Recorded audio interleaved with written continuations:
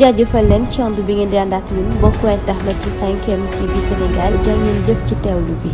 Macky Sall dañu bëgg nga xam dara avertissement nag lañ lay joxaat 72 heures nga am pour relaxer nga bàyyi président Ousmane Sonko mu ñibbi këram. mbokk yi siifur 5M TV Sénégal dal leen ak jàmm ci seen chaîne bi nga xam ne saa bu nekk rek yéen a ngi fi toppee la nga xam ne rek moo di xibaar activiste bi nag di Ousmane Tounkara ñëpp ràññee ko lool fii nga xam ne rek moo di ci réew mi di Sénégal waaye itam mu nekk fa nga xam ne rek moo di ca bitim réew moom Ousmane Tounkara ànd ak ka nga xam ne rek moo di Ousmane Sonko ci xeex bi nga xam ne jamono ji nag mi ngi koy xeex ngir rek nguuruk président Sall daat fi jugee moom Ousmane Tounkara yëkkati ay kàddu yu tàng jër ci ab vidéo di wax ne ka nga xam ne rek moo di président Sall mi ngi koy jox la nga xam ne rek moo di avertissement pour rek mu bàyyi nam gën a gaawee ka nga xam ne rek moo di Ousmane Sonko ci ab vidéo jamono ji ñi nga xam ne rek ñoo di patriotes yi nag taxaw nañ temm